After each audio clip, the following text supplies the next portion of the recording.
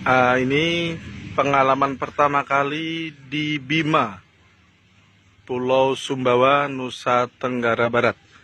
Jadi hari Jumat jalan itu ditutup, ya kan?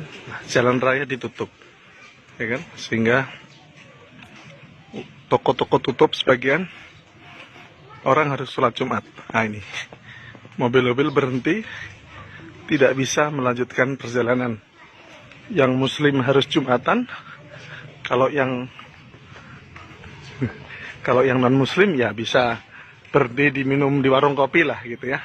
Nah ini jalan raya langsung di portal. Ini bakso Kota Malang juga tutup. Nah ini jalan raya di portal.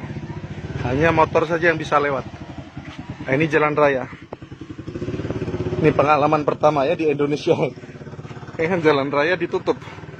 Ya, 10 menit sholat Jumat, sebelum sholat Jumat. Nah, di segala penjuru semua masyarakat menuju masjid untuk sholat Jumat. Nah, ini petugasnya dari masyarakat yang ngatur jalan ya. Semua jalan ditutup ya Bang ya?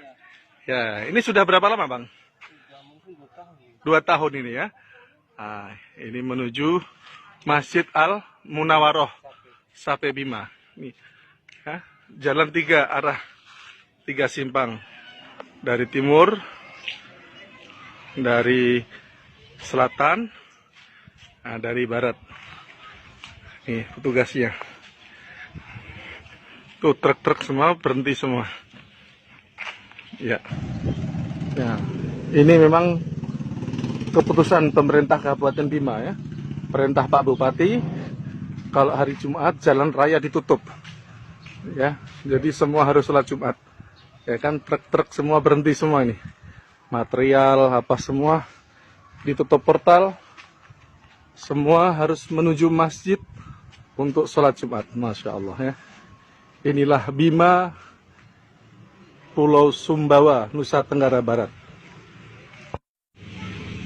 Ini pengalaman pertama kali di Bima, Pulau Sumbawa, Nusa Tenggara Barat.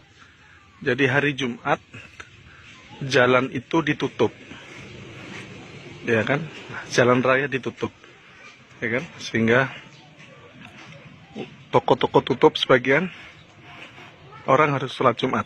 Nah ini, mobil-mobil berhenti, tidak bisa melanjutkan perjalanan.